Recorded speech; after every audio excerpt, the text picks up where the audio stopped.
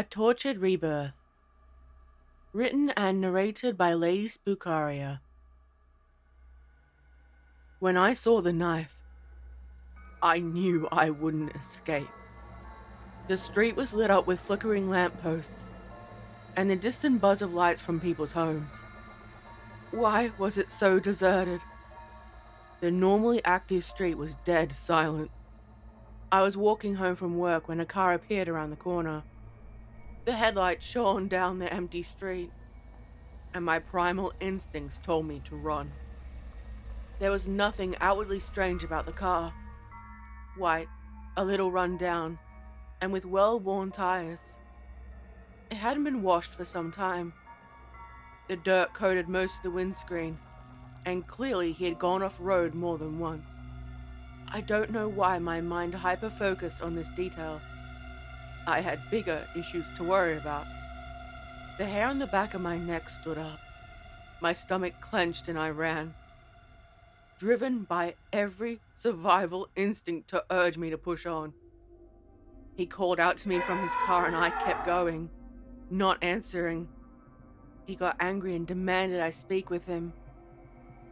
His voice was distorted, strange, and I didn't stick around to see what was wrong with him. I ignored when my muscles cramped and ached. I needed to get home. I need to get somewhere safe. While the lights were on, there were no cars in the driveways to let me know someone was home. No matter how fast I ran, my house was getting further and further away from me. I heard the car door open this time. He called out to me, again, and I kept running away. I saw the shine of something in his hand, and I knew it was a knife. The small blade pointed out from his hand, ready to strike. The headlights left on, and my shadow was cast over the walkway. It was elongated, distorted as I frantically ran. I screamed. No one came out of their home to help me. Maybe they called the police? I hope they did. How long would it take for them to come? I let out another scream into the night and hoped someone, anyone, would help me. I could feel the cool tears on my hot, flushed face. My breathing was hoarse, raspy breaths as I choked to breathe. I felt his hand around my arm. The sharp yank backward, and I frantically pulled to get away. I remember the harsh smell of alcohol and body odor. He needed some courage in order to take my life from me. All my senses were heightened. I reached up and scratched down his bearded face, pulling away skin and blood in my nails. He yelled something at me. I couldn't make it out and I screamed at him, striking and attacking him with my hands. Even though it was feeble, I would die tonight. I knew when I saw the blade pierce me that it was over. It didn't hurt like I thought it would. I wasn't going to make it. I still fought. I felt the hot blood on my skin and instinctively reached down to grip the knife with my hands, causing deep slices into them. My hands were thickly coated in my blood. He pulled my hands out of the way and repeatedly struck me in the stomach. My entrails were pulled out with each violent stab. Again, I struck at him, trying to do as much damage as I possibly could. My movements were feral, wild, blind to whatever happened. He may take my life, but he'll be marked in the process. Maybe someone would notice and he would be punished for it. My fate was sealed, but he would wear those marks as long as he lived. He whispered something under his breath. My head snapped backward from the force of his fist, and I felt the world go black. I heard a slam. Maybe it was the car boot being slammed shut. I don't know. When I woke up, I felt the wet grass move underneath me, and it took me a moment to realize I was being dragged through the mud. Leaves and dirt clung to my hair and clothing. I wanted to pull my shirt down again. I was conscious of my bare stomach and entrails moving over the sharp rocks and twisting roots of trees. I clung onto life, unable to move, and waited while he placed me close by. He had no fear that I could hurt him now or that I could run. I blinked, whimpered, and watched while he was digging a grave for me in the forest. It was dark, the outline of the trees barely visible. I was faint. My hands clung and scraped into the dirt and leaf litter. There was nothing I could do. He kept digging down, making sure it was deep enough that I wouldn't be found. He must have been satisfied after a while. He lifted me up and I groaned. He was surprised I was still alive. My hand weakly gripped his arm, and this was the first time I truly saw his face. His eyes were sunken, half opened, and his lips a long, determined line. There were tears in his eyes. His eyes locked on mine, and for a second, his mouth opened and I thought he was going to apologize to me.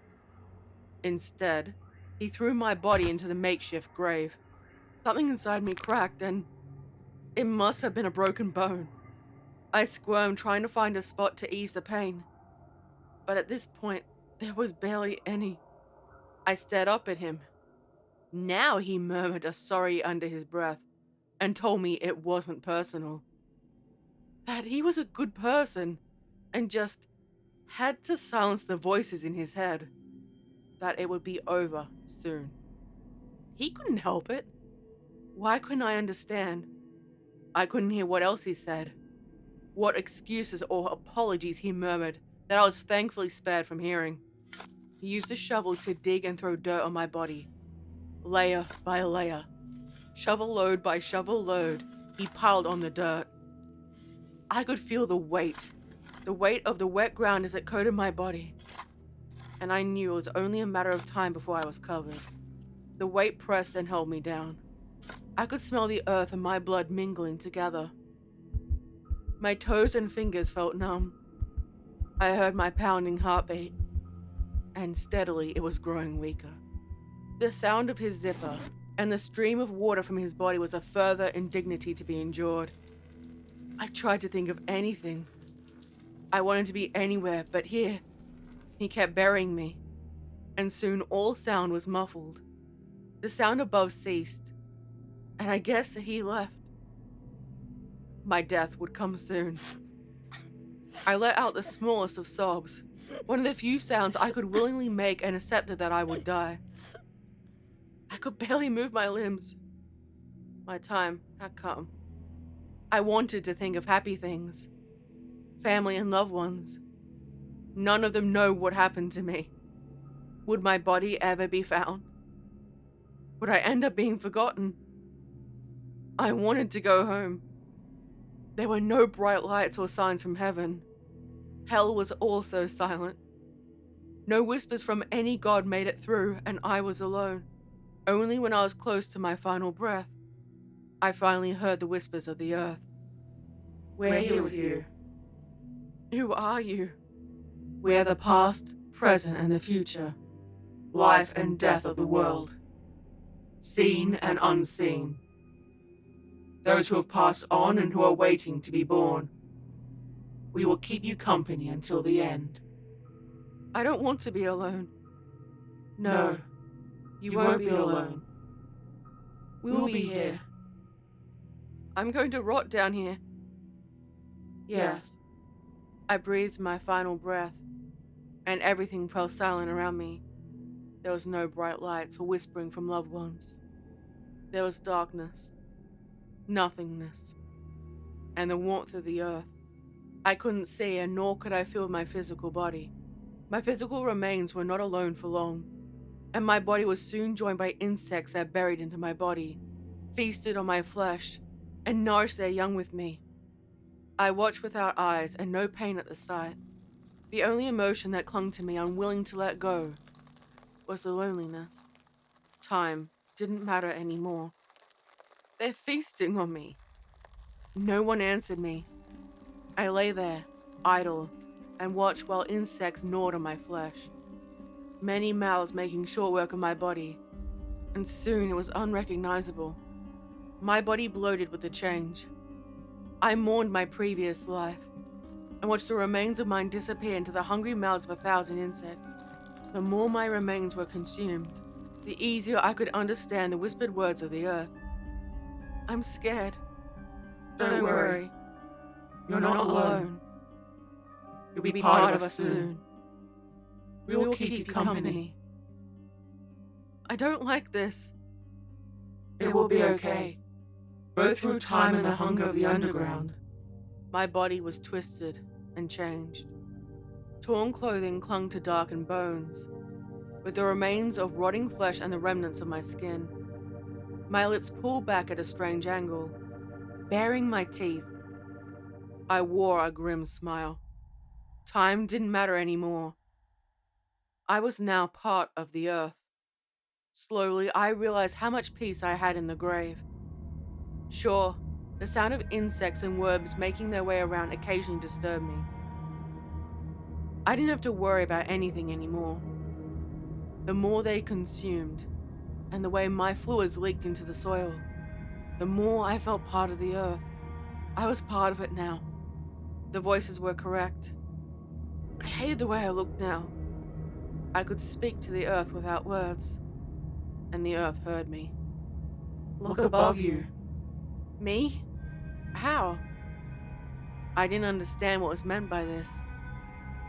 I thought to myself, and slowly I began to move upwards. The disturbed earth now long settled. How long had it been? Not that I need to worry about it anymore. Time didn't matter. I barely remembered my life from before now. My thoughts and memories were of the earth, the plants, and the animals who became my world. I'd watch others live their lives, raise their families, and die, only to join me. As I rode through the layers of the earth, I was happy when I saw the sight before me. The ground on top of my grave was the outline of a humanoid shape. I could see how my arms were outstretched and bent at the elbows. The grass was greener, more lush, and many small flowers decorated the outline. The flowers warmed my heart. I was part of them, and truly felt at peace. I wasn't alone. There were others like me who suffered and found new life above them. One couldn't find rest or peace, and her soul wanted to find revenge. Our voices merged into one, and so, I was reborn. The area was so different now. I could vaguely remember being dragged and thrown inside my grave. No one had discovered it, and perhaps no one will. I could hear birds and smaller animals that had made their home nearby. My corpse, broken and twisted, had become something beautiful. I felt my consciousness drift downwards. I didn't fight it. I enjoyed the process and spread mentally into the earth. I became the earth. In death, I found new life.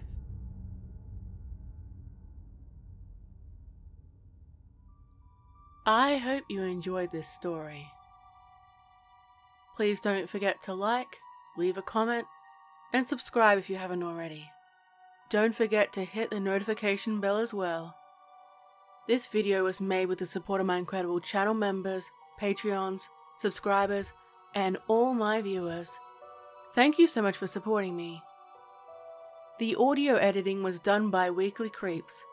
Please check him out for his rates. Stay safe, my little spooklings. And remember, I'll be watching you.